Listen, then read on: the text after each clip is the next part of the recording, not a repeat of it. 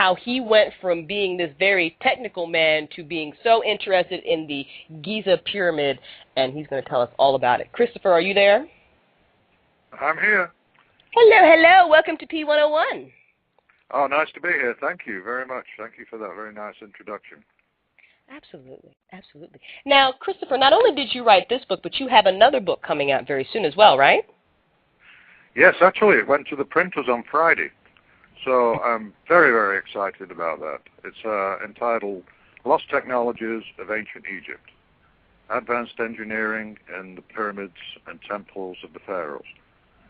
Ooh. And this book picks up on a subject in the Giza power plant that I consider to be the underpinning of considering the ancient Egyptians as being more than just simple folks who use simple tools to create their marvelous structures, artifacts, and particularly the statues, the Ramses statues and the statue of Akhenaten, Amenhotep, many other absolutely wonderful works of art. But this book its publication date is July 7th. Gotta mark that down. And it comes 12 years after the Giza power plant was published. Wow. So I'm really excited about this one. It's and this book is focused strictly on the evidence. There are no unsupportable theories in the book. I don't consider the Giza power plant to be an unsupportable theory, but it still needs to be tested to some degree. But in this book, I actually go straight to the heart of the issue and argue for the brilliance of ancient Egyptian engineers and what they were able to accomplish thousands of years ago, when they were only supposed to have had simple copper tools. They were cutting or shaping granite using stone chisels or stone balls, wooden hammers, and really, really crude instruments. Right. And so, and it's accompanied with some marvelous photography. Excellent. That I'm really jealous I started to key in on the precision of some of the artifacts in Egypt, particularly the precision of the Ramses statue. Now, you wouldn't think, because when you travel to Egypt, or if you go to a museum and you walk past a statue, that statue or you are constantly in motion, so your point of view is changing constantly. My intention in photographing the statue was to actually fix the camera along the central axis of the statue, so the distribution of material was equal on both sides. And in that way, I could do a computer analysis, a CAD analysis, and take some measurements, or at least compare features one with the other. And what I found on the Ramses statue was an incredible symmetry. And this symmetry is impossible to accomplish just with the eye. I have consulted with sculptors, I've consulted with physicists, mechanical engineers, and everybody who sees this symmetry that I demonstrate in my book are absolutely amazed that they're dumbfounded that the ancient Egyptians could do it. Right. And so ultimately it comes down to really, really hard evidence and proof that the ancient Egyptians were much more advanced than what we give them credit for. That the simple tools that are found in the ancient Egyptian toolbox, as described by Egyptologists, are woefully inadequate to explain the artifacts. Woefully inadequate. They just don't even come close. Now, before we get into a lot of these details here, I really want to give the listeners, a sense of your background and what makes you kind of like, an expert in this type of stuff. So, I mean, you spent, for the past 49 years, like you told me in your biography, you've been, spent, doing this high-tech manufacturing stuff. What made you, go from that technical field to studying the pyramids? Well, I really didn't leave my technical field in studying the pyramids. I took it along with me. So, that's a good way to put it. Yeah, absolutely. Yeah, so it's actually the foundation for my point of view is actually my background, and really many hours spent working with hand tools and also working with machinery, and understanding the difference between the two of what it actually takes to create something by hand, and what the results and finishes, and what it takes to produce something by machine. So really, I did not leave my background and just switch gears. It seemed like it was a natural transition or a natural field of study, and I started studying this the ancient Egypt after I picked up a wonderful book by Peter Tompkins, The Secrets of the Great Pyramid. And I was browsing a bookstore one day, and this book really popped out at me. I was fascinated with it. It was beautifully illustrated. It was beautifully presented, wonderful design. And I started to read it in the shop. I didn't buy it right then because this was in 1977, and the book was $20 back then. Right. So, but I went back to it often enough that the shopkeeper asked me if I wanted to buy it, and so yes, okay, I'll buy it. So I got the book, took it home, and started to read it in depth. Well, surprisingly, as I was reading this book, I came across questions that had never even entered my mind in the past. And those questions were related to the origins of the Great Pyramid, and the really heretical notion that perhaps it was not a tomb. And some of the arguments that were put forth in the book to argue against the tomb theory, I thought were fairly cogent, really sound.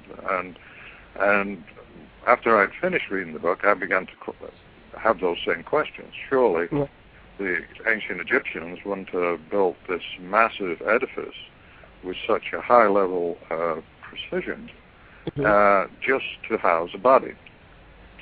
And the thing that connected with me, or resonated with me, was the precision with which the pyramid was built. And what I was faced with was a structure built in antiquity that had the precision of a machine, only on a scale of acres. And that to me was absolutely incredible.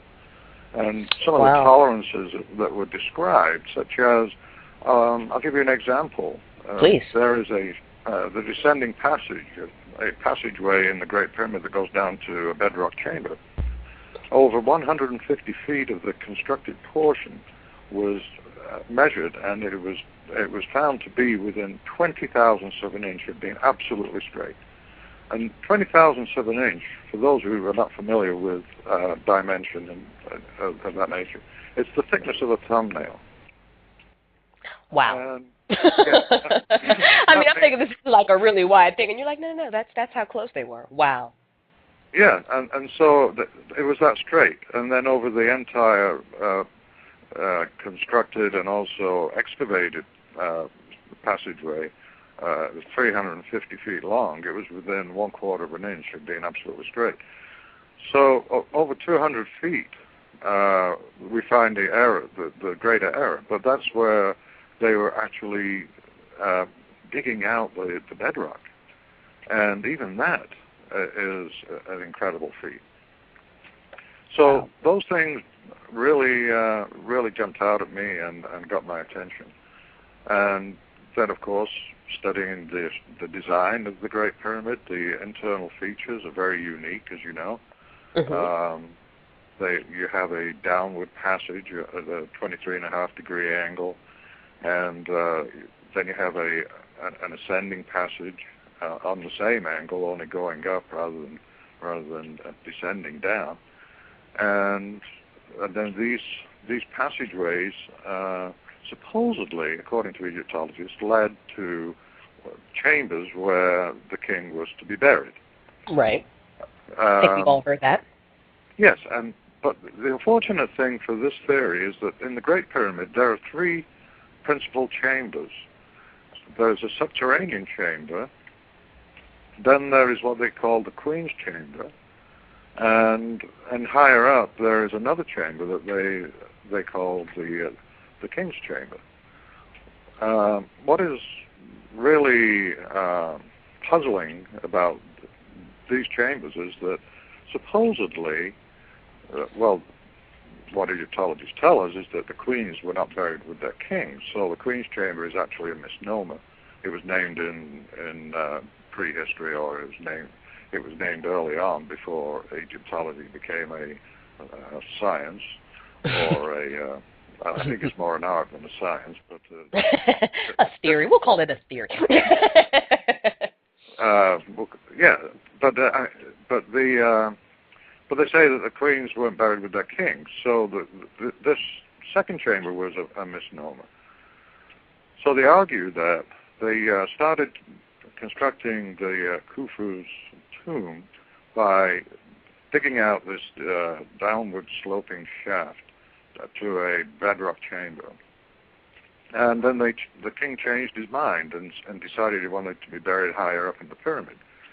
So then they started to construct the ascending passage, and they constructed a horizontal passage to the center of the pyramid where the misnamed Queen's Chamber is located. But then after they had completed that, the king changed his mind again and decided he wanted to be buried higher up in the pyramid. So then they abandoned that chamber and built the King's Chamber. So that's the best they could do. That seems kind of weak to me. Well, I'm not here to poke fun at other people's ideas or theories, but the fallacy behind that particular idea or chain of events is obvious to just about everybody, I think, except Egyptologists. But even then, there are so many anomalies within the pyramid. There are so many features that argue against it. It's really incredible to me that it doesn't dislodge them from that theory that this pyramid was used as a tomb. Right. For instance, they abandoned the Queen's Chamber, yet there are these mysterious shafts that penetrate the heart of the pyramid, and they go away from the Queen's Chamber on the north and south walls. On the south wall, they're both about 39 degrees, but they don't go anywhere. I'm not sure.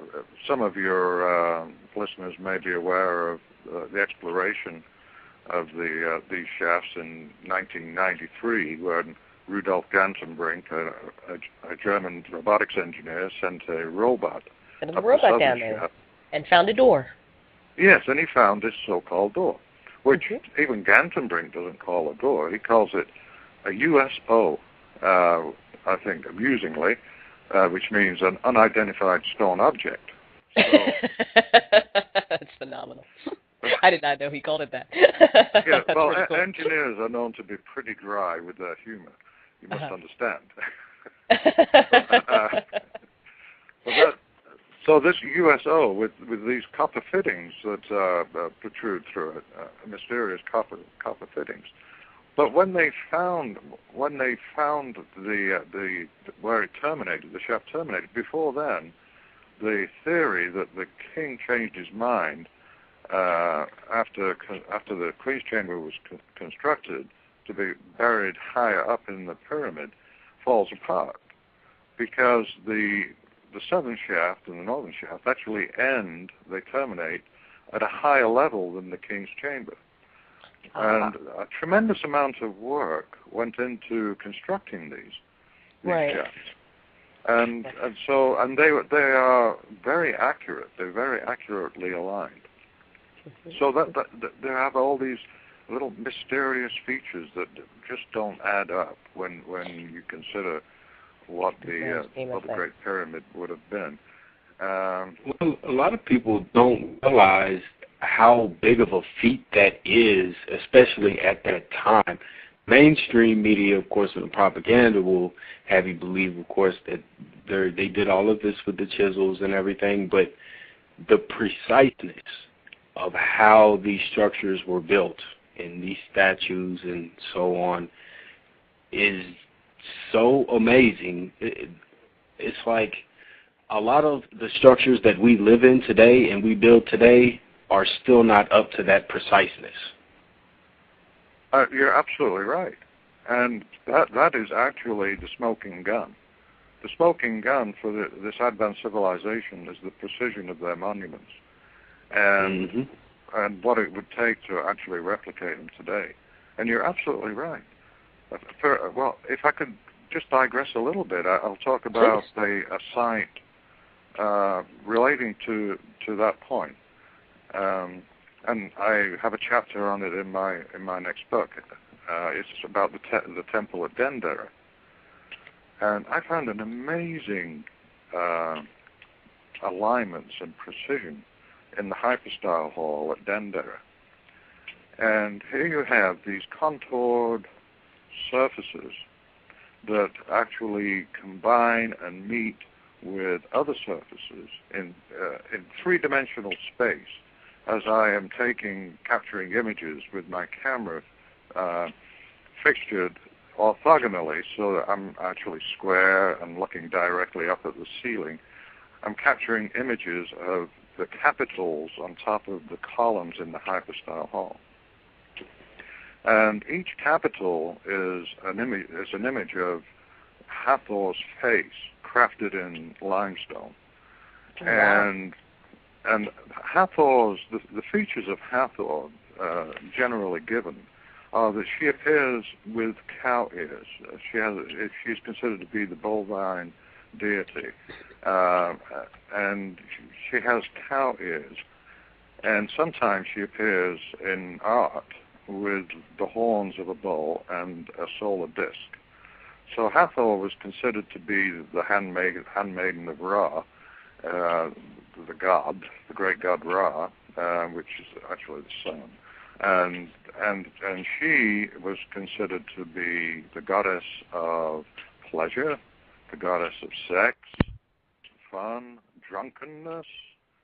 But she had two faces, Hathor had. She was also the goddess of destruction, death. And so after a Saturday night out, busy woman. Hathor, after spending Saturday night with Hathor, you better, when you wake up on Sunday morning, you're going to have a hell of a hangover. Woo! Good time back in the day. Yeah. But getting back to the alignment of these capitals and the craftsmanship involved in creating the capitals on these columns, what I noted was that there was an uncommon symmetry and precision, and certain features like a point on each side of the statue, which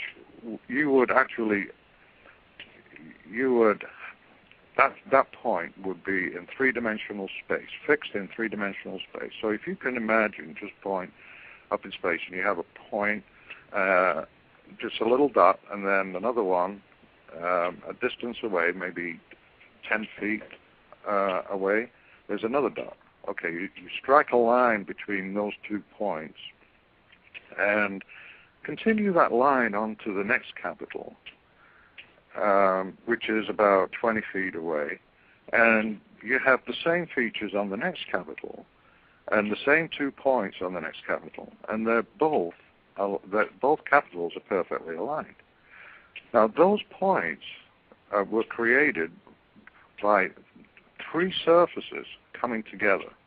2 flat surfaces, which with a cornice that comes across the Hathor's cowl, where it actually meets the cowl, and the cowl is like the headdress or it's kind of like a donut shape, if you will, modified donut or torus shape geometrically, and so you have a flowing surface, a contoured surface that is precise from one capital to the next, to the next, to the next, all the way down the hall. How do they do that? And I showed, I have some wonderful photographs in my book, color photographs and also black and white, but the two principal color photographs illustrate this beautifully. And I showed these at a conference in Paris in March. And I had an architect come up to me after the presentation, and also a patent attorney who's a biologist. And the question was, how could those alignments still exist after thousands and thousands of years? And the only answer, didn't have an answer to that. How could we know without actually knowing what the columns rested on in terms of the foundation of footing? But the architect said, the Earth moves. Yes, the Earth moves. So those columns stayed perfectly in alignment. How could that be? It's a miracle. I mean, I was, I'm still in awe of what they accomplished there. I'm still in absolute awe of what they accomplished. And that's just a small part of it. To give somebody... I'm sorry? I was just going to say, to give the listeners an idea of what you're talking about, most houses, when they're built, the foundation is poured. It's gravel and then concrete, and of course you have your footers. And over a span of 10 years, and sometimes just even a month or two, your foundation will shift and move because the earth that's underneath of it shifts and moves. And these structures have been in place for thousands of years. Exactly. How did that not move in that length of a period, a structure so precise, not move when a house and other structures shift in, a matter of a short period? Yeah. It's amazing. Yes, and there are two possible answers to that.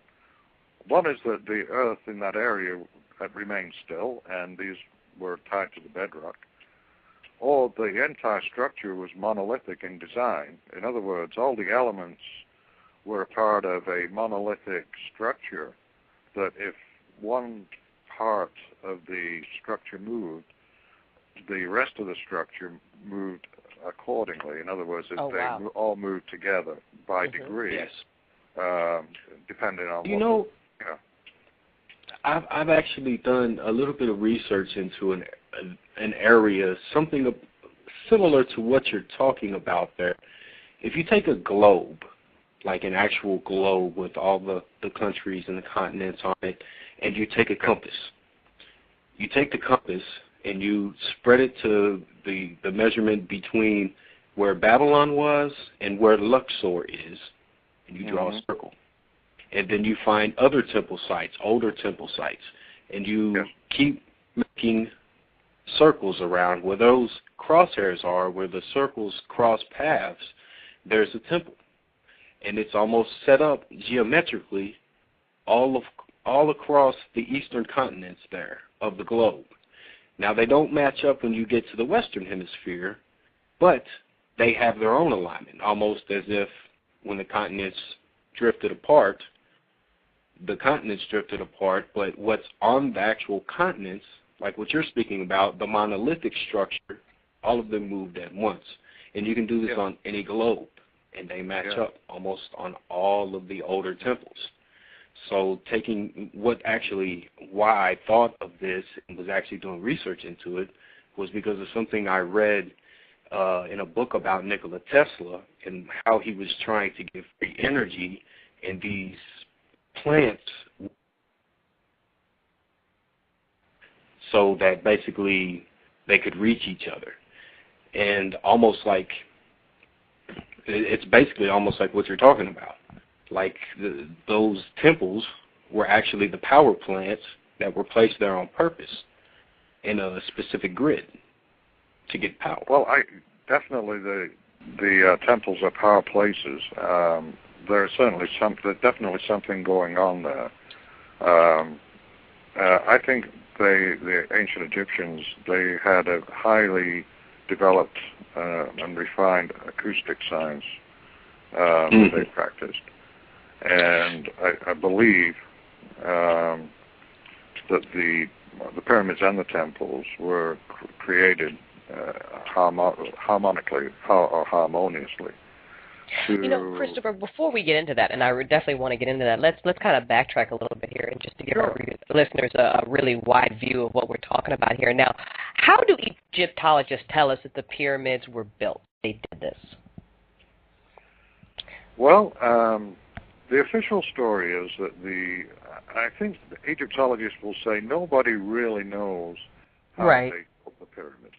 Okay. However, given the tools that we ascribe to the ancient Egyptians, they must have used copper tools. They didn't have electricity, so they hadn't developed machines. They had not even invented the wheel.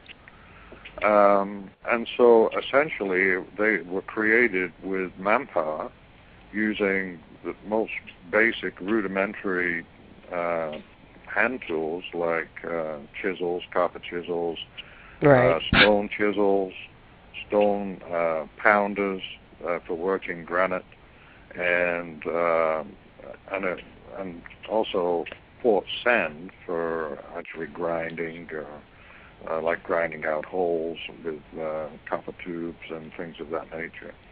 And then as far as the lifting of these massive stone blocks, it was a combination of manpower, ropes, and how much does each stone block weigh? Do we know? Can we guess? Yes, I mean, in the Great Pyramid, the casing stones weigh 16 tons. The average weight of the blocks in the Great Pyramid is 2.5 tons, though they range from 16 tons to about 1 ton on the higher elevations, or the higher layers. The heaviest blocks in the Great Pyramid are above the King's Chamber, and those are the granite beams above the King's Chamber, which weigh around 70 tons. And granite was brought from Aswan supposedly down the Nile River, and then dragged up ramps to be placed above the King's Chamber. So they also rolling logs is how they brought them up, actually up the ramp. So they didn't drag them like on the ground. They had rolling logs, correct? Well, yeah. I mean, they've had different explanations. That's one of them, the log rolling. Okay. The other one is, that they put a slurry. They use cow's milk or something like that to grease the ground and to let them roll freely.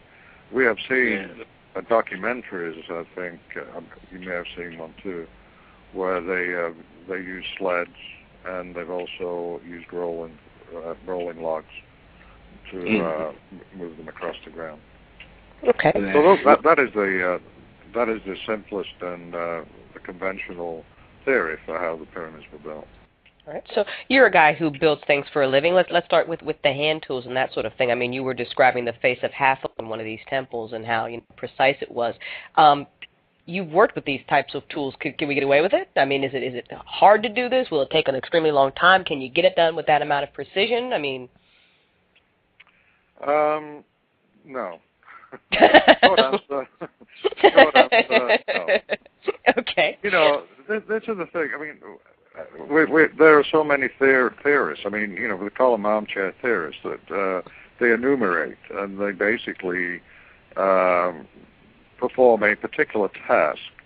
Normally, it's the simplest task that they can perform, such as moving a 2-ton block of stone across the ground, and then they take that success and then they multiply upwards and say, okay, so it took us so many hours to drag this so many feet, and so they multiply that by the distance, by the manpower that they would need to drag a 16-ton block, and and then they would actually add to that the amount of manpower it would take to do it in a reasonable amount of time. So that most of the theories on how the pyramids were built are actually based on focus on how the stones were moved. And indeed, there was an architect who went to Egypt with Mark Lenner and did a study, and he did he went home and plugged everything into the computer, and he calculated that he could build a pyramid, with time management software at hand. You could build it in 10 years. But I'm sitting at home, and I have in my files a letter that was given to an author by the name of Richard Noon, and the writer of this letter was Merle Booker. Now, Merle Booker was the director of the Indiana Limestone Institute. And Richard Noon had approached Merle Booker and said, I would like you to provide me with a quote for delivering enough limestone to build a Great Pyramid today. Mm-hmm. Well, Merle Booker had the whole industry at his disposal. I mean, that's basically what he did, was provide quotations, and he was, very experienced in the industry. And he returned with a time estimate. He didn't put a price on it, but he said that it would take all 33 of Indiana's quarries around Bedford, Indiana, working 3 shifts, and it assumes that there will be no equipment breakdowns, there will be no labor unrest or walkouts or strikes, and to just deliver the stone without even assembling it into the geometric structure that is the Great Pyramid would take 27 years. Wow. So I mean, this is a man who knows what it takes with modern machinery, modern equipment to break the stone out of the quarry, to dress it, to move it from one place to another, and to supply that much stone would take 27 years. So when you think about that, and then you think about what is theorized in the mainstream media, on National Geographic, or with conventional Egyptologists describing how the pyramids were built, just remember Merle Booker and ask the question, okay, so this is what it takes to move the stone. We have time in quarrying it. We have time in dressing the stone.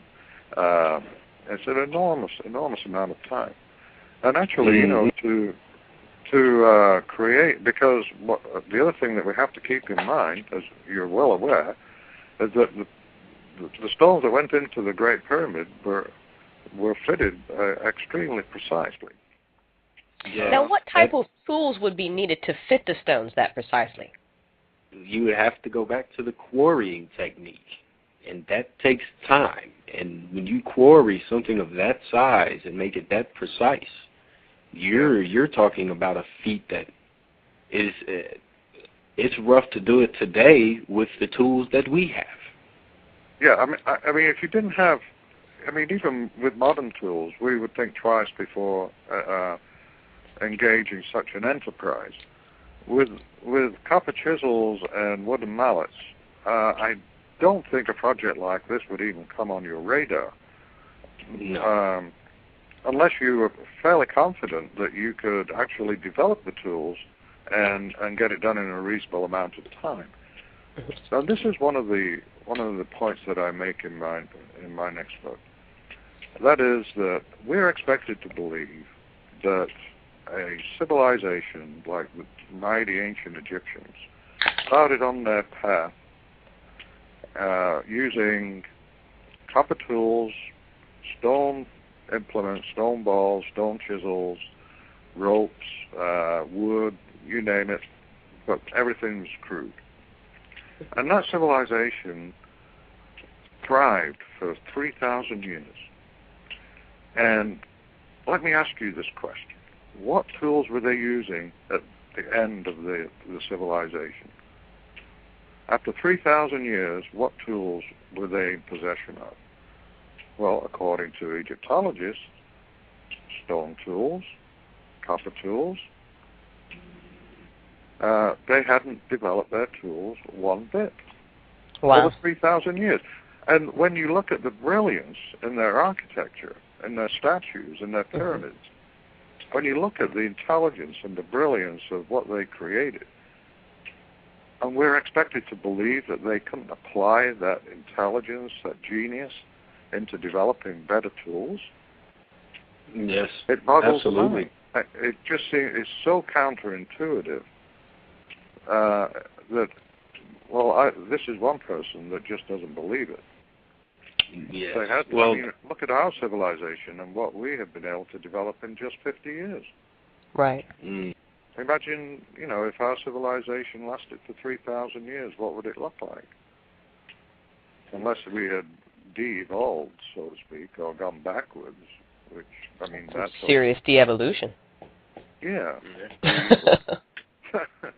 But, right, it really doesn't make any much sense that something so precise and so, wonderfully built was done so crudely. It's almost like that is. It's like Catch-22, like, huh? I don't understand. But then, there's then a again... lot. Sorry, go ahead. Sorry.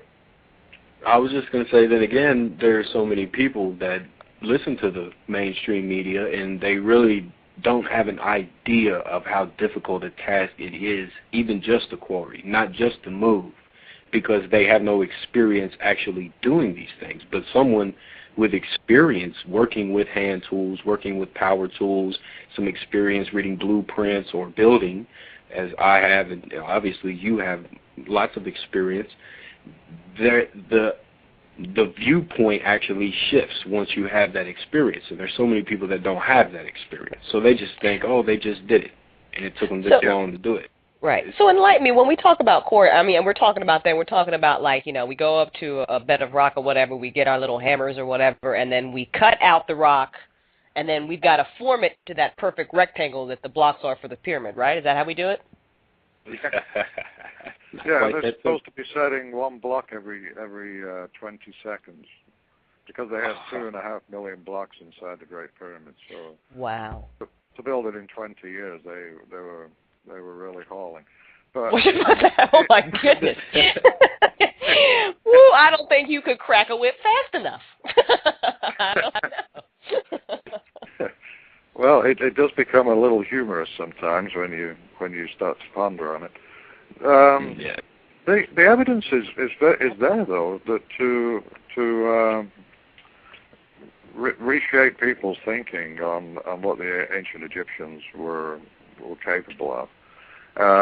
We just have to take our blinkers off, and I don't know whether it's because in the West we have these cultural assumptions about that particular part of the country. I know that when you read some of the old literature from Victorian times, it seems to be laced with a little chauvinism or even racism. But I think we're enlightened enough today, for the most part, that we can move through those cultural assumptions and start to recognize what the ancient Egyptians were capable of doing. Absolutely. There was a question in the chat room, Christopher, and I want to pose it to you because we were talking about why the foundation of the pyramid didn't move, or maybe moved all at once. And the question was, could the pyramid really be an octahedron, and that's why the foundation doesn't shift? A pyramid under the pyramid. Yeah, I mean, there has been that speculation. I haven't seen any evidence to support it. I mean, you can theoretically imagine a pyramid under the pyramid, but I would have thought that some of the ground-penetrating radar would have turned something up by now. Though, having said that, there are legends, if you will, and the thing is, we try to stay with hard evidence and not anecdotal evidence or hearsay. But but sometimes that's all you have, and certainly historians and Egyptologists are not loath to work off of hearsay. But the legends are that there are the whole plateau is riddled with tunnels and chambers and shafts, and when you actually go on site and you walk around the pyramids, there are these really mysterious shafts that go vertically down into the bedrock, and while they're filled with sand, you kind of wonder, where do they go to? What were they there for? And trying to find answers to those questions, of course, is, sure, it feeds speculation. But I think it is better served to do more exploration, and unfortunately, the exploration of those shafts is reliant on the powers that be in Egypt. And so, a lot of what you and I would like to, the research that you and I may want to see done, is not going to be listened to. I have a quick question. Please go ahead, Melchizedek. No, please go right ahead. I was just going to say, what exact mineral was used? What stone exactly was used? I know they used a certain kind of granite for the big blocks above the King's Chamber, correct? Yes. The Great Pyramid is constructed mainly of limestone. The core limestone, or the limestone that actually fabricated the core of the pyramid, was quarried locally, and it's what they call a Monolithic type of limestone. It has seashells in it, foraminifers, and some of the seashells are visible when you actually look at the limestone. The finer, the casing stone, and also the limestone that lines the chambers on the inside, not the King's Chamber, but the passageways and the Grand Gallery, the Queen's Chamber. That limestone is Tura, white fine Tura limestone, which was quarried about 20 miles away from the Great Pyramid. Well, the reason why I brought that up was because you brought up a point about vibration, and vibration, of course, holds many secrets that have still yet to be revealed, I feel, and there's people actually working in that field. But I wonder if there's some type of vibrational frequency that they used with stone to keep them in place, almost like a vibrational pin and dowel to keep the stones in place. Do you see what I'm saying? I understand what you're saying, and the interesting thing about the way the stone was put together, and it is really evident when you look at Khephrun's pyramid, which is the third largest pyramid on the Giza plateau, and particularly also at the Red Pyramid, or the Bent Pyramid. And the Bent Pyramid, at Dashur, you see that the stones are cut on compound angles, so that the casing stones are actually locked into place, so they can't move one way or another. The whole structure is monolithic because of the compound angles. In other words, the stones are angled vertically and also horizontally. So they fit together in a way where if one would move, then the other one would move with it. And it's really a unique construction method. And the Khephrun pyramid, the third pyramid on the Giza plateau, which has a granite outer casing, those are particular. They are cut like trapezoids. So they're like a trapezoid shape, and even on the paving stone to the east of Khephrun's pyramid, you'll see that some of the stones are curved and actually match each other. It's almost like the Great Wall at Sacsayhuaman in Peru, where you have these 12-sided stones and the unusual Inca architecture that you find in Peru and Bolivia. So, which is also yeah, and I think, like you said, for vibration, it has been determined by engineers and architects that these are perfect designs for withstanding earthquakes or tremors of the earth, and I can see that because the stones are constructed so that the whole structure is locked in a monolithic way, so that it would move in unison rather than break apart. Like we build with cubes or square blocks, or rectangular blocks. Each surface is flat, and then we lay one on top of the other and overlap. Those kind of walls actually break apart. But if you had like a V shape in one with a matching, a concave radius on one block and a convex radius on the block that fits it, then those two stones are actually locked in together, and they would move in unison. So when it comes to the Great Pyramid, we see some of that. A lot of what, of course, we can only observe what the outside and what is actually visible at the surface. How they lock together on the inside, we don't know. Well, there's little bits of information that seem to suggest that they were using very efficient machinery to cut the blocks. And in 2006, I visited a very mysterious site just about 5 miles away from Giza called Abu Rawash. And Abu Rawash is I don't know whether the pyramid was never finished or whether it was destroyed and taken apart. There are theories that suggest both scenarios, but it's a flat-topped pyramid. It has a chamber with a downward-sloping passageway going to a bedrock chamber that's open to the sky, so it never was finished. But in 2006, when I went there, I noticed from the top of the pyramid a piece of granite laying in the forecourt at the base of the pyramid.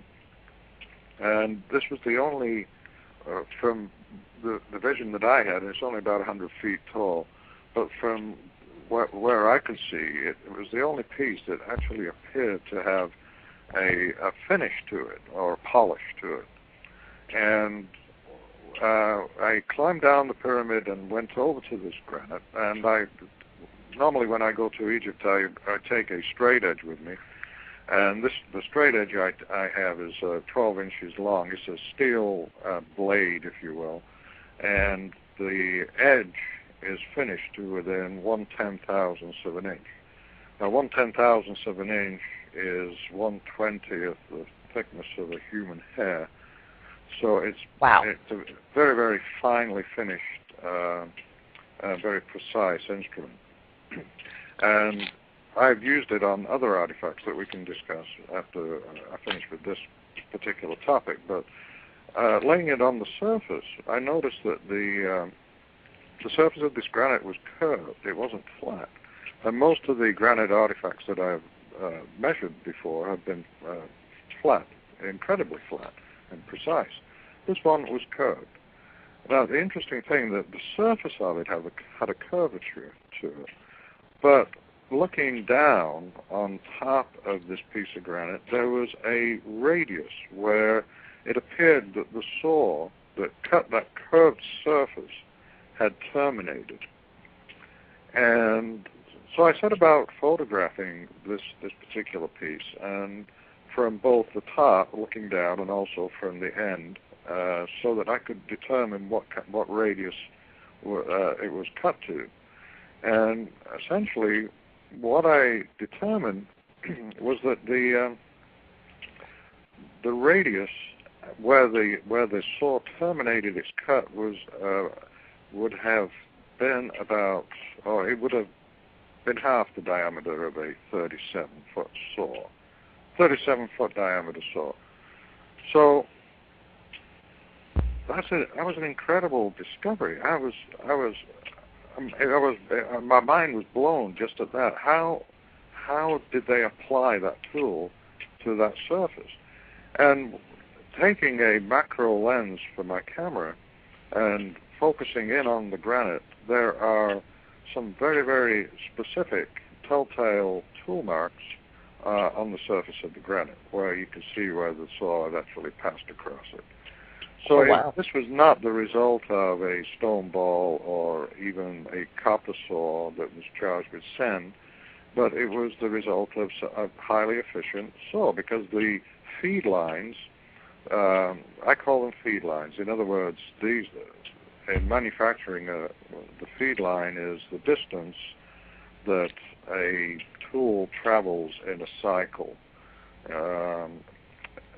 Say on a lathe, is the distance the tool would travel across in one revolution of the lathe. So these feed lines indicated a feed rate of about 50 thousandths of an inch, just under 1/16th of an inch. So that was fairly significant to me, and obviously the result, the reflective of some kind of a machine that did the work. Wow. Now, the interesting thing was that as I was totally blown away and baffled by this, because my mind stretches beyond the mainstream media, as you probably know, in terms of what the ancient Egyptians were capable of, and I certainly proposed some rather far-out kind of ideas, or at least far out as far as conventional theories go. This was totally unexpected and surprising to me. It was mind-blowing, because here I was standing in front of an artifact that reflected a technology that nobody had been talking about. Right. It reflected a technology that showed that the ancient Egyptians were using mega machines. I mean, we're talking 37 feet diameter, and when you consider, say, an analog today, if we look at machinery of that size, if we look at the tunnel that goes underneath the English Channel from England to France, they call it the Channel. Mm-hmm. The diameter of the tunnel borer for that particular tunnel was 27 feet in diameter. And I don't know of any manufacturing company that currently employs a 37-foot diameter saw. Certainly, wow. Granite manufacturers are those who actually cut granite into countertops or even precision gauge equipment or machine tool bases. They use slabbing saws that are about 12 feet in diameter, but 37 feet in diameter. That was amazing. That's a great big. I was going to say, that's a big saw. Good Lord. Yeah, that is, I mean, you could put all kinds of adjectives to it. That's a big, that was a beast of a saw. And my mind, of course, I started to ponder on, well, how did they fixture this? I mean, if you're using a 37-foot diameter saw, how did you use it? I mean, it's not like a circular saw that you would use in your garage by any means. Was it a table saw, where most of the saw is actually beneath the table and just the top? Because obviously this piece had been cut near the center line of the radius of the saw, of the axis of the saw rather. So they had to have reached the center point, close to the center point of the saw, in order to create the radius as it appeared. Well, interestingly enough, in the general vicinity of the Abrawash Pyramid is a very, very long and deep trench. And this trench is about 19 feet deep. it's about 30 feet long. No, I think it's longer than that. But it is like a gash in the ground, and it was labeled by Egyptologists to be a bolt pit. And bolt pits were supposedly cut into the Giza Plateau and also at Abu Rawash near the pyramids. These bolt pits were supposedly representative of the solar boat that took the king through the Duat into the afterlife. But the question that I have is, after that was, well, these would be ideal to fixture a 37-foot diameter saw. Wow. Yes, they would. That's amazing. That's an amazing coincidence right there. Yeah, and when you actually look at the shape of the trench, it's very narrow at the top and it's very, very deep. I mean, it does not have the shape of the hull of a boat. It just wouldn't work. And believe me, I know. I did the cardboard derby at the YMCA with my kids when my kids were young, and we built boats out of cardboard and duct tape, and a hull of that shape just doesn't go very far. I mean, it doesn't work. So anyway, going from Abu Rawash though, I went over to Giza because Giza has numerous bolt pits around the Great Pyramid, and there's also one near near Khafra's pyramid. And I started to look closer at these. And in the general vicinity there, you see there's a basalt pavement. Now, the interesting thing is that a lot of the limestone, you don't see any saw marks on the limestone, probably because the limestone has eroded over the years. But the basalt and granite, the saw marks actually survive, and you can see a lot of saw marks on the basalt pavement to the east of the Great Pyramid. And also, in the general vicinity, you have these so-called bolt pits, which I now call saw trenches, because I definitely believe that that's what they were used for. Wow, and the interesting thing, a lot of sense. though, is even at Giza, we find evidence for circular saws. Wow. And so what I envision is that when they were constructing the pyramid, the quarrying took place a distance away, but they were able to put that very, very precise pyramid together very efficiently by cutting blocks to size by running them through a giant saw. Wow. And, that's amazing. These were not primitive individuals. They were not primitive fools. They were highly intelligent, and they had the tools that were equal to the task at hand. Wow. Period. So, yeah. So now I have to ask, if, the Giza, the Big Pyramid is not a tomb, like they've told us, what is it? Why was it built with such precision? What, from an engineering perspective and all your, your 49 years of experience, what do you think this thing is? Well, I started from the perspective of an engineer, obviously, and as I saw the pyramid, I saw it as a gigantic edifice that was built with the precision of a machine. So the first question that came to my mind, well, if it is a machine, what kind of machine was it? How did it function? Mm-hmm. And then because of its size and the amount of resources that went into it, and granted I was using modern logic when it comes to economies of scale and so forth. Generally, if you pour resources into a project, you like to get something out of it. Certainly in the past, ancient cultures have invested tremendous resources in religious places, mosques, temples, and cathedrals, and they do get something out of that, and they still do to this day. But the Great Pyramid was really different. And I mean, the precision with which it was built, the unusual design of the interior, was very mysterious, and there've been a lot of minds actually set about trying to figure out just exactly what all those features did within the Great Pyramid. And when I considered it, I was actually reading Tompkins' book, and then it kind of struck me like a thunderbolt, if you will, that it was generating power.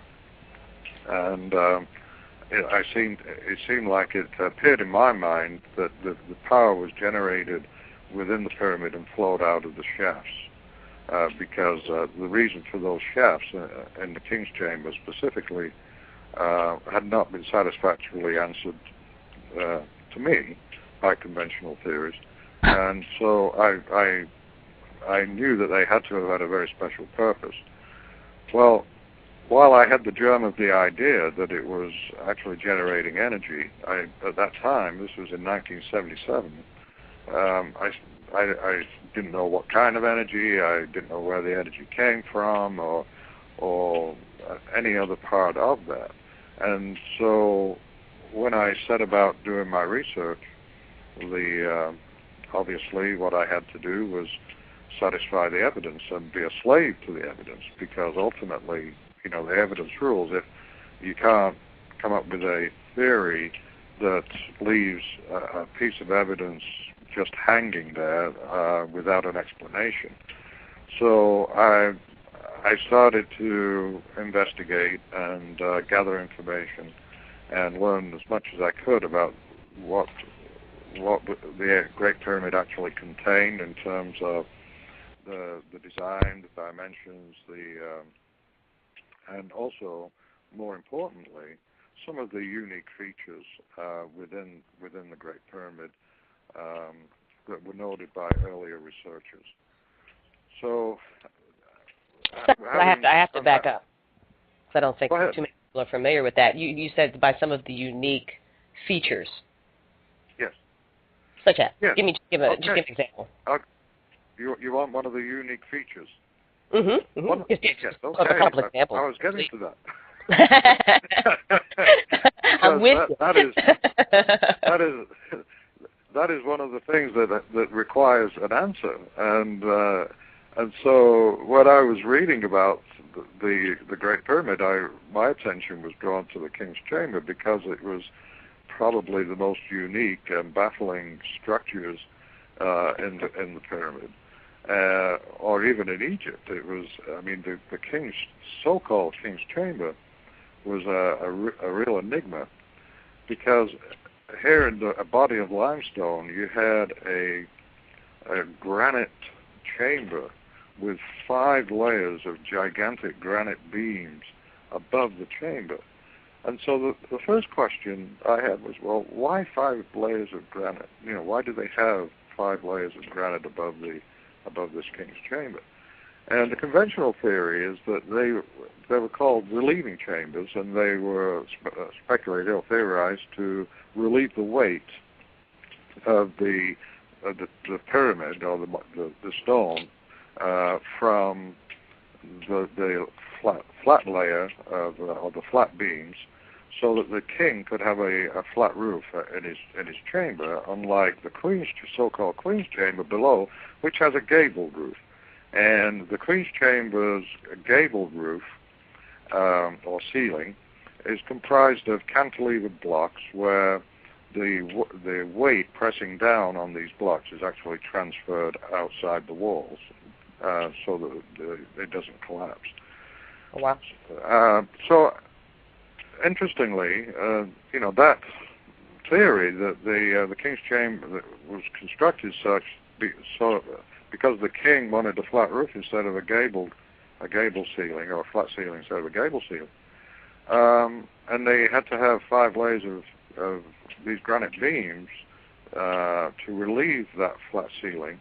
When you actually look at the structure itself, you can see that these 5 layers of granite beams are holding up nothing but their own weight.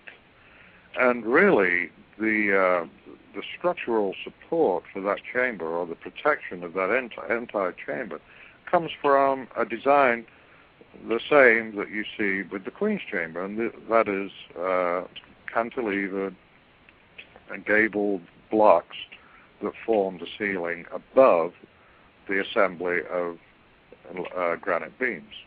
So that was one peculiar feature. The other feature that Sir William Flinders Petrie noted when he was doing his studies inside the Great Pyramid was that the entire chamber had somehow become pushed out, or it had moved. There had been some disturbance in the past that caused the chamber to push out over an inch, and the granite beams, the first layer of granite beams, had some cracks down along the south side.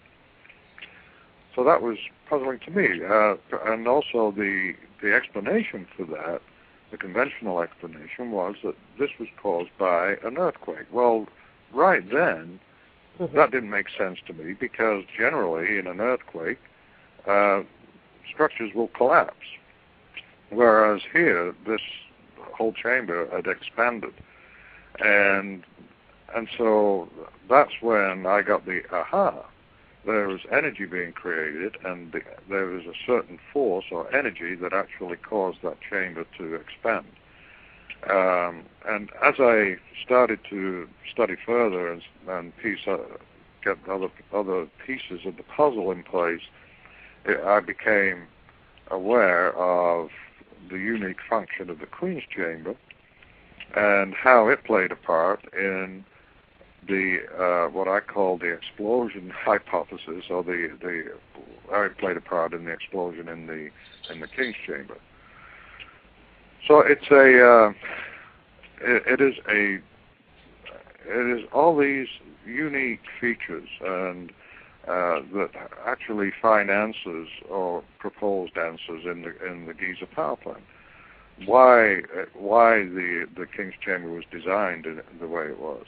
Why they used granite in the design of the King's Chamber, and what the Queen's Chamber was used for, and what the shafts leading to the Queen's Chamber but not quite connecting to the Queen's Chamber, what they were used for. I mean, we talked earlier about the shafts leading from the Queen's Chamber, and how Gentenbrink's robot found the so-called door, or USO, but before 1874, people going into that chamber would not have seen those shafts because they were not completed.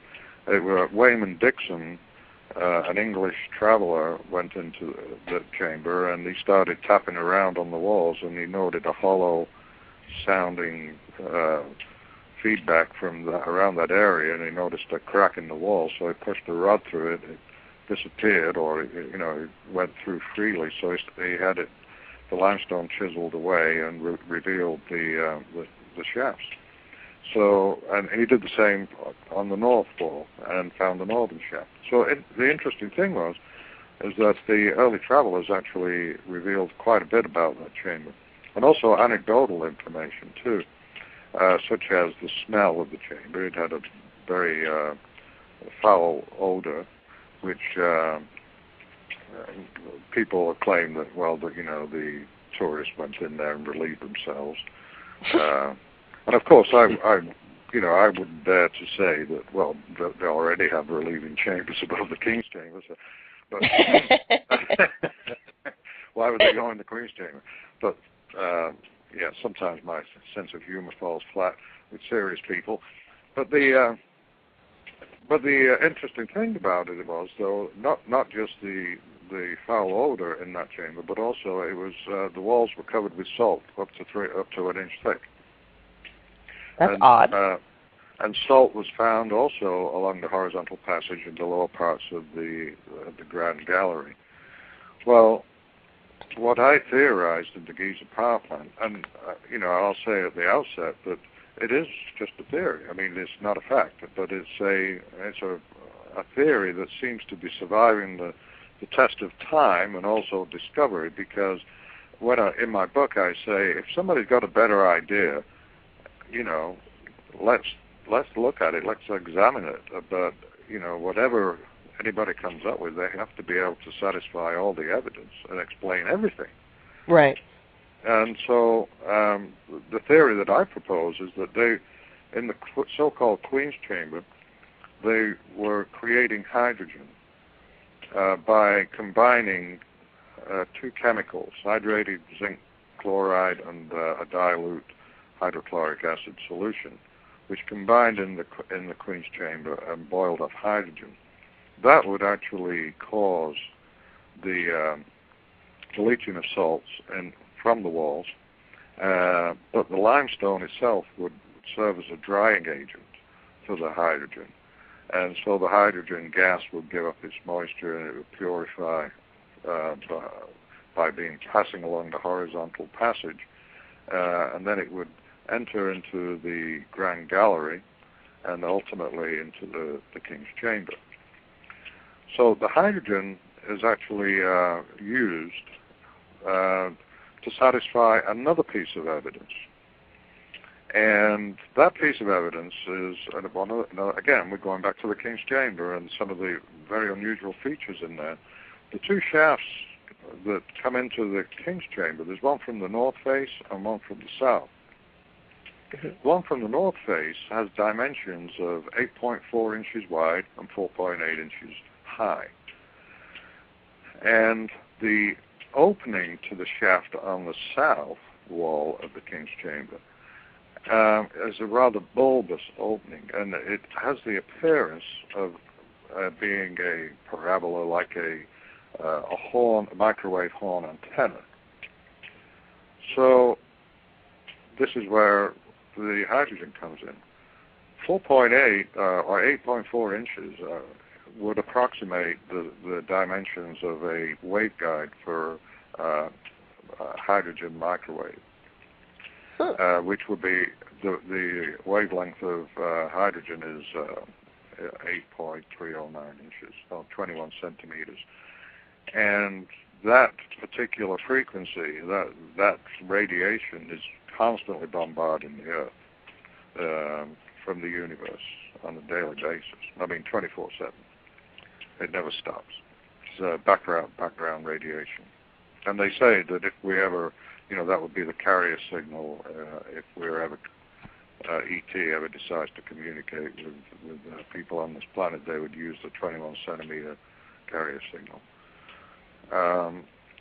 So what I propose in the Giza power plant is that they were collecting that background hydrogen frequency and feeding it through the waveguide into the King's Chamber. And within the King's Chamber, the hydrogen was driven to a higher energy state, so that it was in a state where, as the microwave energy passed through it, it would stimulate emission of electrons or photons. It would bump the electrons to ground state, and that would emit what is called a photon, but it's a little particle of energy with a frequency that is in the microwave region of the spectrum. So the hydrogen coming into the King's Chamber was driven to a higher energy state through the introduction of sound. And the sound was created, or the vibrations were created through the pyramid. They passed through the pyramid, and they were collected in the Grand Gallery. And if we go to the Grand Gallery, we see a very long hallway, that's why they call it grand, because when you go inside the Great Pyramid and you're climbing up the ascending passageway, you crouch down because it's only about 41 inches square, and then you come into the Grand Gallery and you can finally stand up, and you look up and you say, wow, how grand. But this gallery is it's about 28 feet high. It's 80 inches wide at the bottom and 42 inches wide at the top. And actually there are cobbled layers of limestone that go into the structure. Along the ramps, there's two ramps, one on each side of the gallery and a central trough, but then along the ramps are these little cutouts or little indentations, if you will. And there's 27 pair of them along the length of the gallery. So in the Giza power plant, I propose that within these slots, if you will, where they installed resonator banks, and the resonators actually responded to the vibration in the pyramid and emitted airborne sound. So then we come, that airborne sound is then focused channeled through the passageway through an acoustic filter, and then it enters the King's Chamber. And the King's Chamber, being comprised of granite and having those 5 overlying layers of beams, starts to respond to that energy and emits its own energy, own frequency. And that energy is driven to a higher and higher state. And even the piezoelectric properties of the granite would come into bear. So you would have very, very high frequency energy and also electromagnetic frequencies too. That would affect the hydrogen, driving it to a high state. Now, the evidence for these resonators, I found actually after the book was published in 2001, when I was inside the Great Pyramid. They had closed the pyramid for months, and they were cleaning the inside of it. And of course, when they closed the Great Pyramid, there's all kinds of rumors on the internet about all kinds of skullduggery going on. You know, people they're pulling out treasure. They probably found Khufu's mummy, or you name it. There's all kinds of dastardly things going on when anything happens with the Great Pyramid. But when I was there in 2001, yes, they did. They had indeed cleaned the inside. I mean, you could tell it was notable. But interestingly, on the ceiling of the Grand Gallery, there are these really significant and clearly noticeable scorch marks. And there's 2, one on each side of the ceiling, and directly above the slots. So the theory that resonators would have been housed within that structure, within that space, seems to be borne out by these scorch marks on the ceiling. And folks can go to my website, and there is an article on my website about it's called, if you scroll down, it's called Supportive Evidence for the Explosion Hypothesis. And there's I include an image from my book, Figure 42, the Grand Gallery Resonators, and also 2 photographs that I took at that time in 2001 of the scorch marks on the inside of the Grand Gallery. And you can see that these are not smudges from ancient torches. This is serious damage to the limestone that they could not clean off, and there are numerous.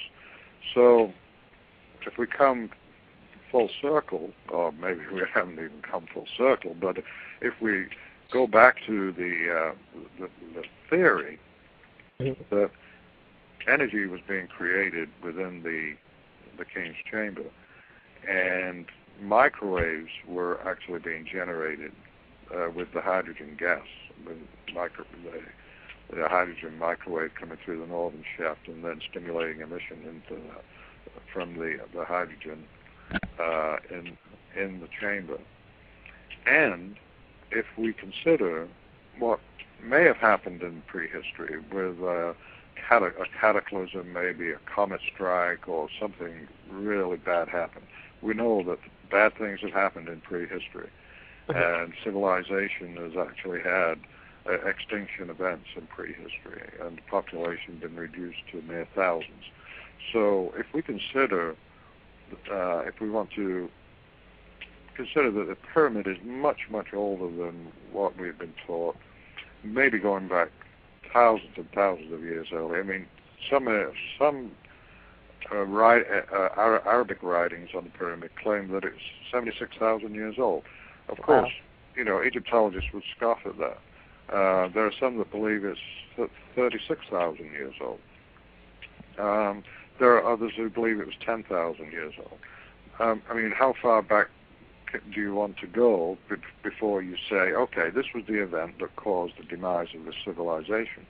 The Great Pyramid was functioning at that time, but because of its nature, the Great Pyramid was caused to shake apart. And you will see, it was severely damaged by earth forces, earth movements. It's finely tuned to the vibration of the earth, or the cycles of the earth, or the hum of the seismic forces that exist within the earth. And it's a finely tuned device. It's a coupled oscillator. In other words, a coupled oscillator is a vibrating device that, when coupled to a source of energy and is matched with the frequency of that, or harmonic thereof, it will continue to draw energy from the source as long as that energy exists. But a coupled oscillator is a finely tuned device, and if it was tuned to maximize the throughput of energy from the earth, and then suddenly there's more energy in the earth than it can handle, then some really bad things can happen. And so what I propose is that something did happen. It was very destructive. It affected the whole civilization, and in turn the Great Pyramid.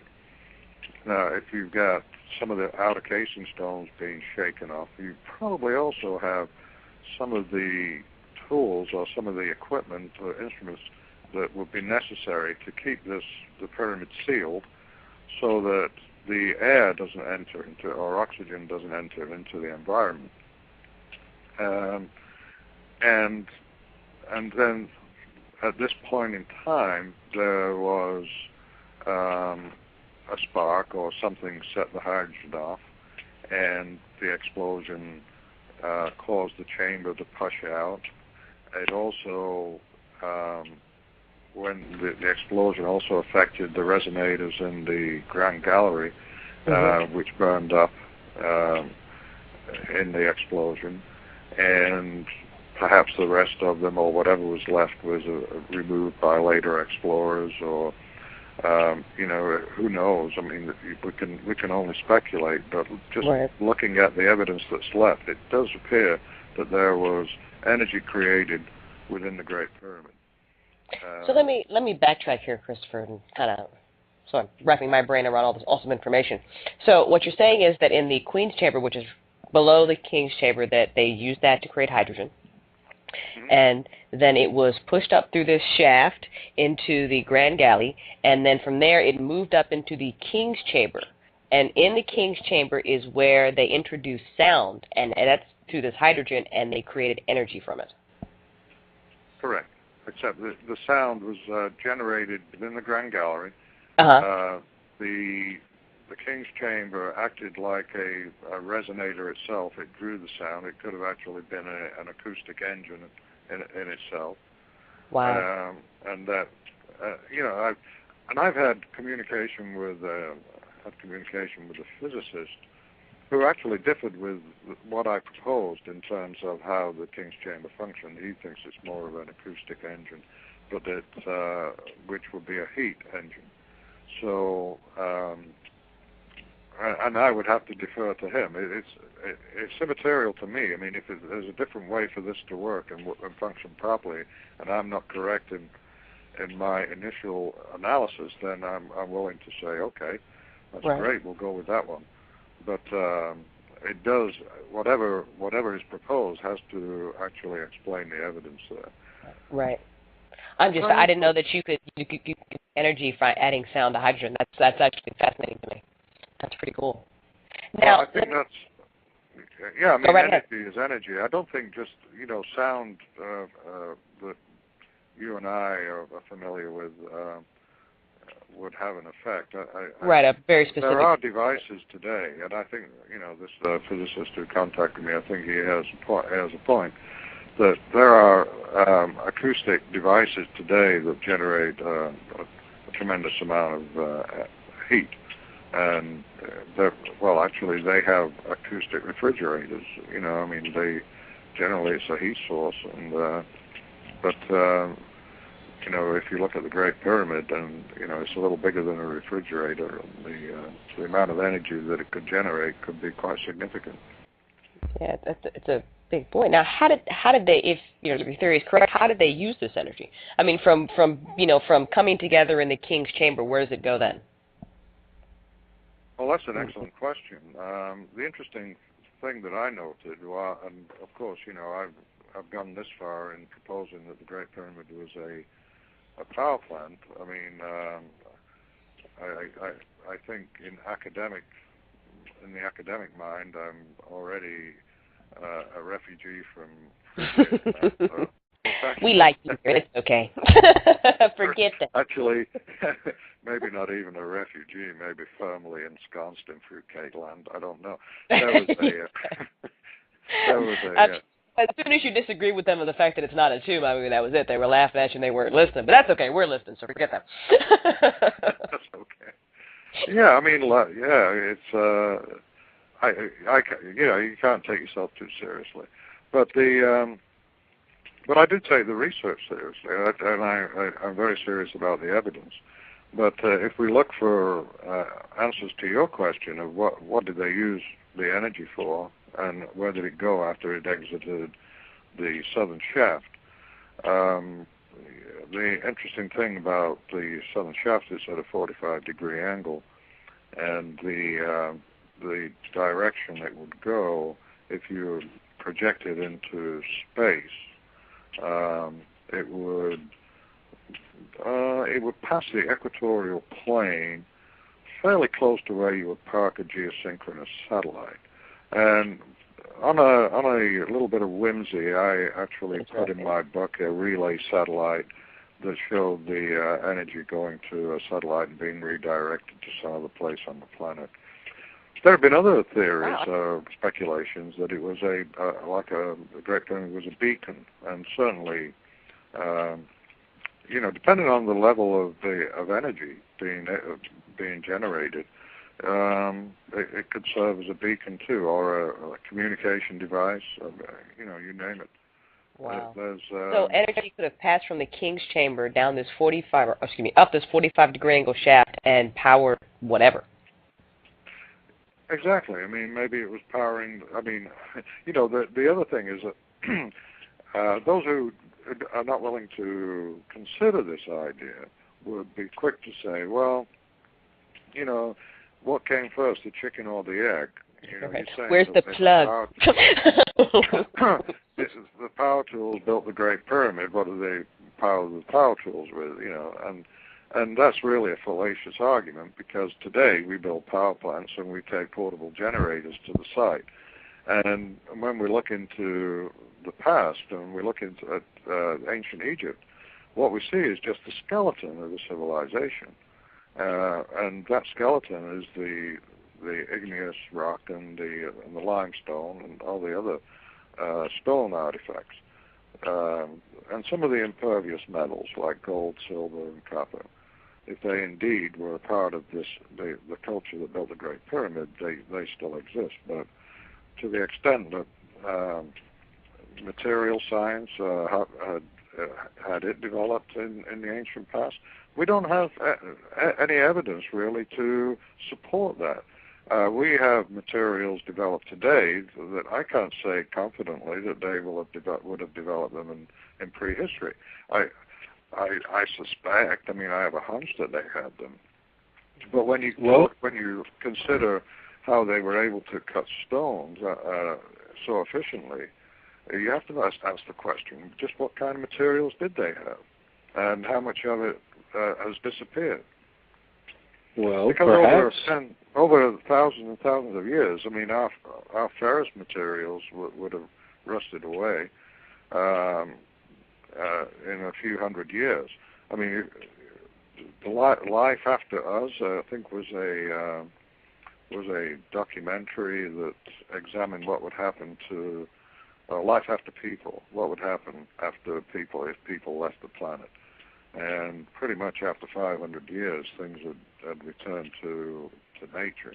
All our fantastic structures and skyscrapers would have toppled over.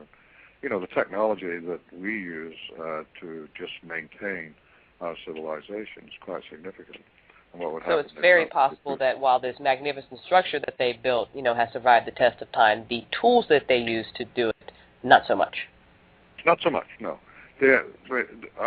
Obviously, this is circumstantial evidence or secondary evidence. The machines have not turned up. I don't know if they ever will, but they certainly left their mark. Go ahead, Melchizedek. On a note on powering the machines, could they have used some kind of vibrational frequency, much like we have Wi-Fi for our computers and stuff, but a different form of it, to remotely power instead of having batteries and having extension cord plugs, if you will? Oh, yeah. I mean, yeah, you're getting into the whole idea of Tesla technology now.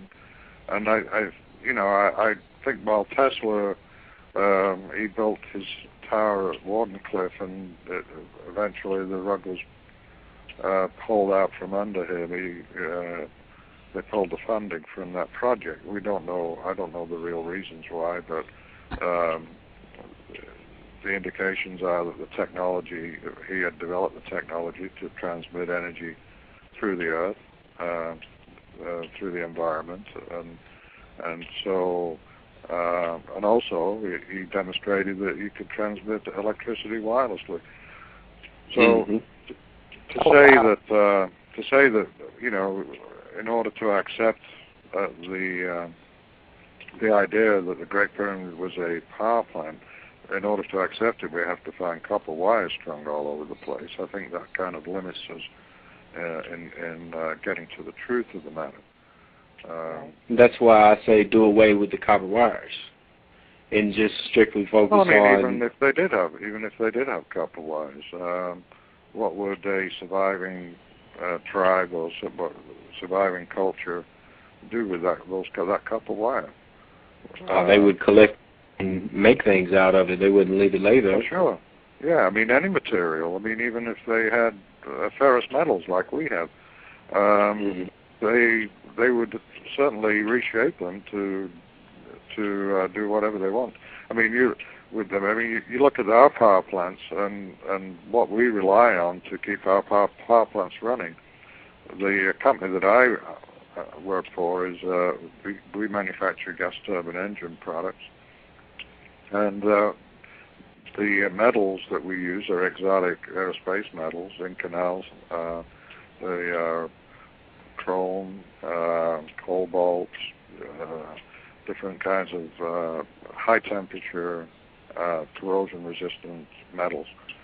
And some of the elements that go into making the metal, like chrome, that comes from South Africa. So there's a supply chain that is intact right now to keep our civilization running. And these power plants, they need spare parts occasionally, you know. If that supply chain or the knowledge it takes to, you know, the extraction technologies that are that we have today, if those are lost, then, you know, what happens? I mean, things come to a screeching halt because our technology is so specialized that it's not contained in one place. It's spread out across the planet. Yes. Right. There is, I don't know if we can find an answer to this, but I'm going to post a question, because there's a question in the chat room. They're talking about how, you know, using these saws to make the pyramid was one thing, but then now constructing the saw is a different thing entirely. And the question was, you know, what would the saw have been made out of, and what went into that sort of construction, just to make the thing that made the pyramid. Well, again, I think what we have to do is stretch our imaginations, or at least, you know, suspend our disbelief that the ancient Egyptians were more advanced than what we give them credit for, and assume that they were certainly as smart as we were in terms of how saws were constructed. I mean, right. I would think they'd have to be to make the pyramids. I mean, that's proof right there. Absolutely, yeah. And so, you know, they were certainly very capable. what brilliant designers, engineers, architects, construction people. It's an incredible. It's actually humbling for me as a manufacturer to go to some of these sites, particularly into the Great Pyramid or the Temple of Luxor, and stand in the shadow of these giant, perfectly crafted statues that weigh 600 to 1,000 tons, and wonder how they were cut and how they were moved, and what went into their design, and the replication of the Ramses image, which is perfected on each statue. I mean, all of these things come to my mind because, I have been in the business of making things. Right, which you do. So I have to ask the ignorant question here. Could we duplicate that day? Could we make another Great Pyramid with with the precision that they did it before?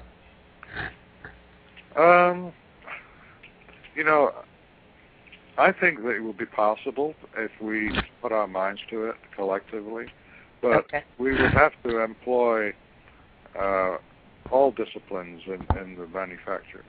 The physics of it, the manufacturing, the precision. If you would talk to, if you talk to a quarry worker, they do not work to the precision that we find in the Great Pyramid.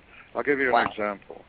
In the research for the Giza power plant, I traveled to Bedford, Indiana, and I talked to a stonemason who worked in one of the quarries there.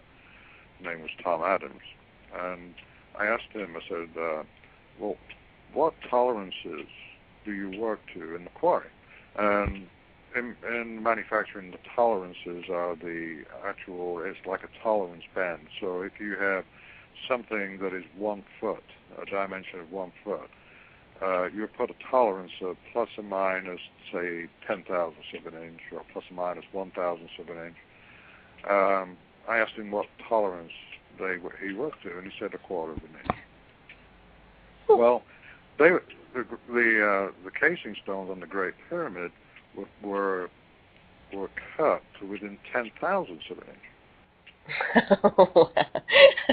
So obviously their quality control was much better than ours. Yes, and it becomes a matter of what you can perceive of, or what you a quarry worker is not expected to work to the precision of a tool maker or a machinist. They don't work to those kind of tolerances.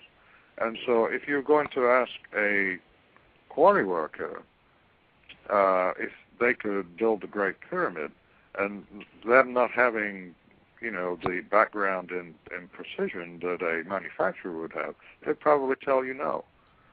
Now, there are other technologies involved too, and there are architects that would tell you no, we could not build the Great Pyramid today.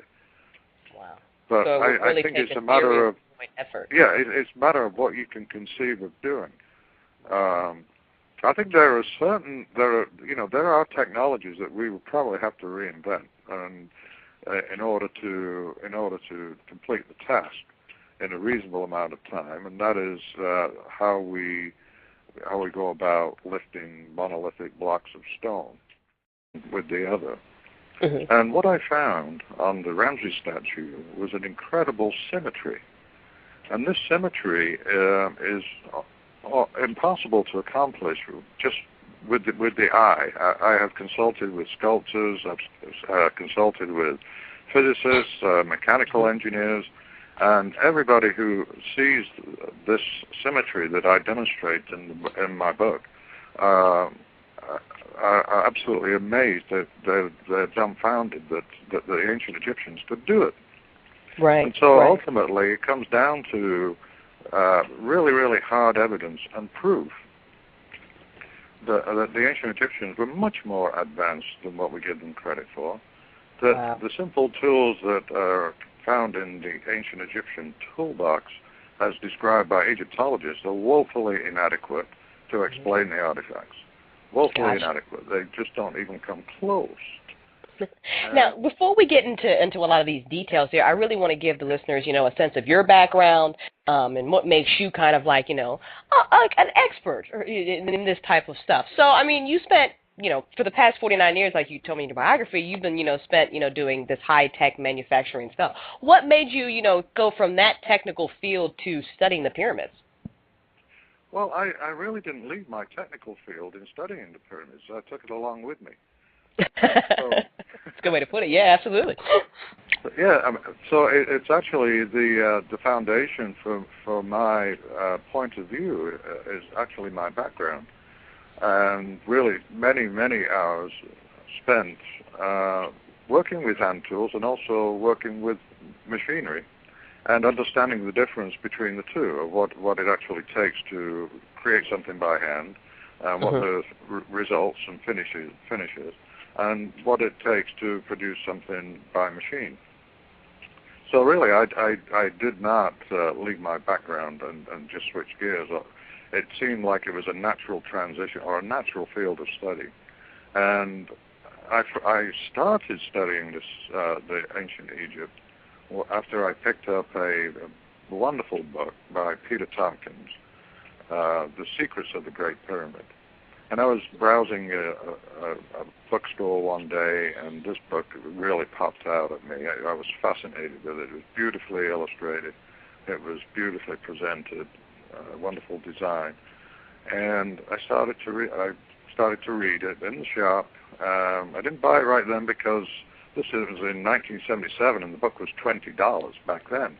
Right. So, but I went back to it often enough that the shopkeeper asked me if I wanted to buy it, and so yes, okay, I'll buy it. So I got the book, took it home, and started to read it in depth. Well, surprisingly, as I was reading this book, I came across questions that had never even entered my mind in the past. And those questions were related to the origins of the Great Pyramid, and the really heretical notion that perhaps it was in prehistory, or it was named early on before Egyptology became a science, or I think it's more an art than a science, but a theory. We'll call it a theory. Yeah, but they say that the queens weren't buried with their kings, so this second chamber was a misnomer. So they argued that they started constructing the Khufu's tomb by digging out this downward sloping shaft to a bedrock chamber. And then the king changed his mind and decided he wanted to be buried higher up in the pyramid. So then they started to construct the ascending passage, and they constructed a horizontal passage to the center of the pyramid where the misnamed Queen's Chamber is located. But then after they had completed that, the king changed his mind again and decided he wanted to be buried higher up in the pyramid. So then they abandoned that chamber and built the King's Chamber. So that's the best they could do. That seems kind of weak to me. Well, I'm not here to poke fun at other people's ideas or theories, but the fallacy behind that particular idea or chain of events is obvious to just about everybody, I think, except Egyptologists. But even then, there are so many anomalies within the pyramid. There are so many features that argue against it. It's really incredible to me that it doesn't dislodge them from that theory that this pyramid was used as a tomb. Right. For instance, they abandoned the Queen's Chamber, yet there are these mysterious shafts that penetrate the heart of the pyramid, and they go away from the Queen's Chamber on the north and south walls.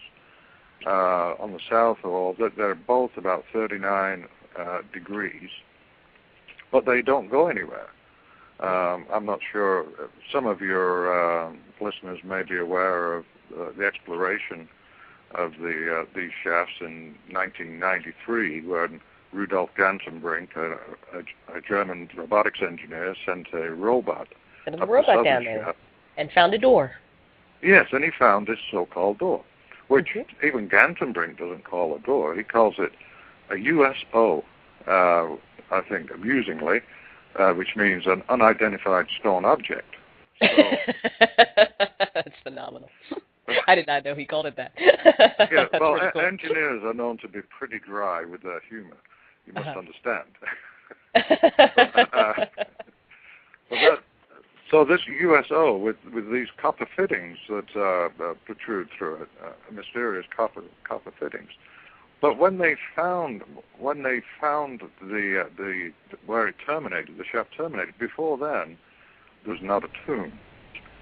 And some of the arguments that were put forth in the book to argue against the tomb theory, I thought were fairly cogent, really sound.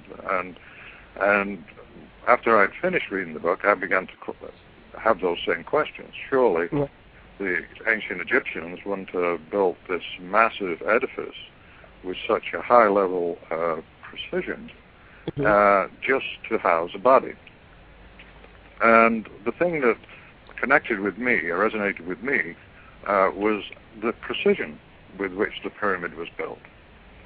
And what I was faced with was a structure built in antiquity that had the precision of a machine, only on a scale of acres. And that to me was absolutely incredible. And some of the tolerances that were described, such as, I'll give you an example. Please. There is the descending passage, a passageway in the Great Pyramid that goes down to a bedrock chamber. Over 150 feet of the constructed portion was measured, and it was found to be within 20 thousandths of an inch of being absolutely straight. And 20 thousandths of an inch, for those who are not familiar with dimension and of that nature, it's the thickness of a thumbnail. Wow. I mean, I'm thinking this is like a really wide thing, and you're like, no, that's how close they were. Wow. Yeah, and so it was that straight. And then over the entire constructed and also excavated passageway, 350 feet long, it was within 1/4 of an inch of being absolutely straight. So over 200 feet, we find the error, the greater error. But that's where they were actually digging out the bedrock. And even that is an incredible feat. So those things really jumped out at me and got my attention. And then, of course, studying the design of the Great Pyramid, the internal features are very unique, as you know. You have a downward passage at a 23.5-degree angle, and then you have an ascending passage on the same angle, only going up rather than descending down. And then these passageways supposedly, according to Egyptologists, led to chambers where the king was to be buried. Right. I think we've all heard that. Yes, but the unfortunate thing for this theory is that in the Great Pyramid there are 3 principal chambers.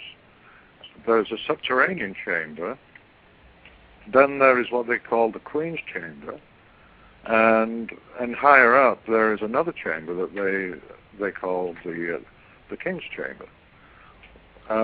What is really puzzling about these chambers is that supposedly, what Egyptologists tell us is that the queens were not buried with their kings, so the Queen's Chamber is actually a misnomer. It was named in... How he went from being this very technical man to being so interested in the Giza pyramid, and he's going to tell us all about it. Christopher, are you there? I'm here. Hello. Welcome to P101. Oh, nice to be here. Thank you very much. Thank you for that very nice introduction. Absolutely. Now, Christopher, not only did you write this book, but you have another book coming out very soon as well, right? Yes, actually, it went to the printers on Friday. So I'm very, very excited about that. It's entitled Lost Technologies of Ancient Egypt, Advanced Engineering in the Pyramids and Temples of the Pharaohs.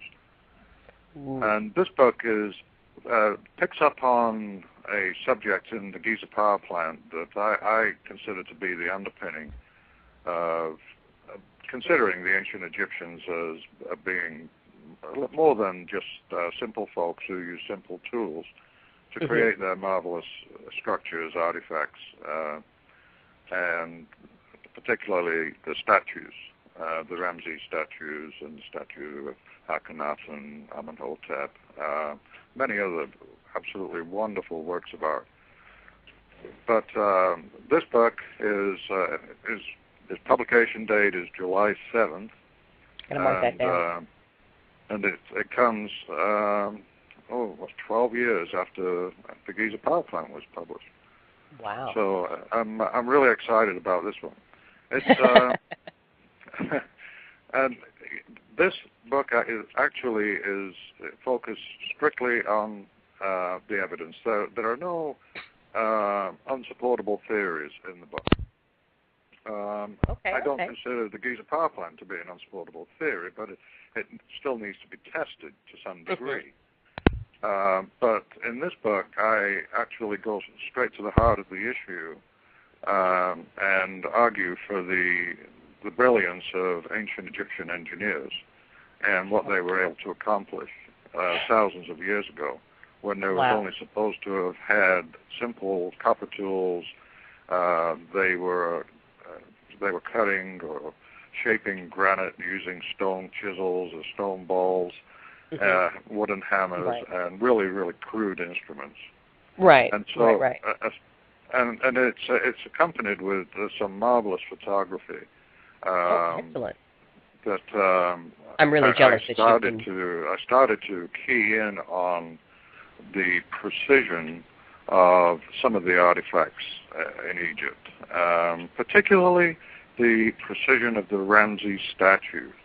Now, you wouldn't think, because when you travel to Egypt, or if you go to a museum and you walk past a statue, that statue or you are constantly in motion, so your point of view is changing constantly.